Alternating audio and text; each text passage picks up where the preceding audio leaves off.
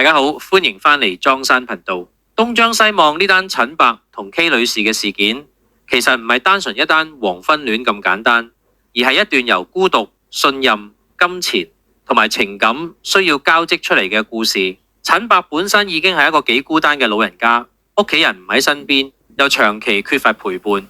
對佢嚟講，突然有個女人肯同自己傾偈、行街、睇戲，甚至肯同居，嗰種感覺好可能已經唔只係拍拖咁簡單，而係好似終於揾到一個依靠。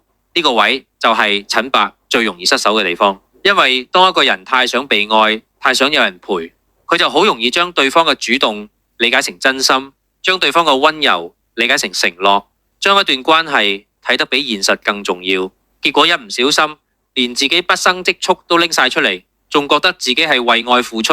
可惜當感情同金錢撈埋一齊，最後好多時都係悲劇收場。至於 K 女士，從外界角度睇，佢就似係一個好識得拿捏關係嘅人。佢唔係一開始就直接開口攞錢，而係先建立感情，先拉近距離，等陳伯一步一步放低戒心。初頭行街睇戲，跟住同居，再慢慢牽涉到生活開支、金器同埋現金。呢個過程唔係一下子發生，而係好似一層一層咁推進。所以 K 女士，如果真係有心利用陳伯，咁佢最大問題唔係淨係攞錢，而係佢清楚知道陳伯喺情感上已經好依賴自己，仲繼續喺呢個位攞着數。呢種做法唔單止係道德上有爭議，仲會令人覺得係咪詐騙？不過如果完全由另一個角度睇， K 女士亦未必一定會覺得自己係做錯。佢可能會覺得自己喺呢段關係入面都有陪伴、有付出、有投入，唔係無啦啦白收人好處。佢仲大大聲講：你叫雞唔使錢啫。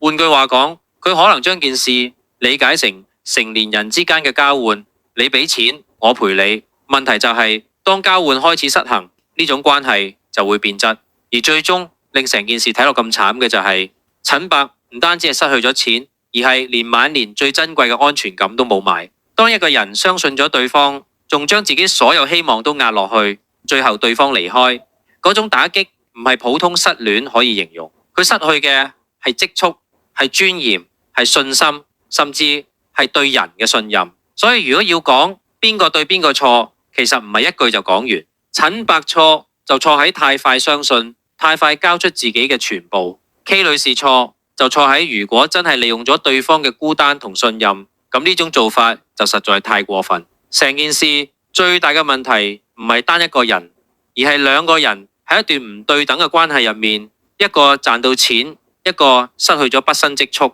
講到底，呢單嘢其實係一個好現實嘅提醒。感情本來可以好單純，但當金錢、需要、孤獨同利益混埋一齊，關係就好容易變質，由陪伴變成利用，甚至騙財。對陳伯嚟講，佢以為自己揾到幸福，但到最後換翻嚟嘅可能只係一場夢醒之後嘅空虛。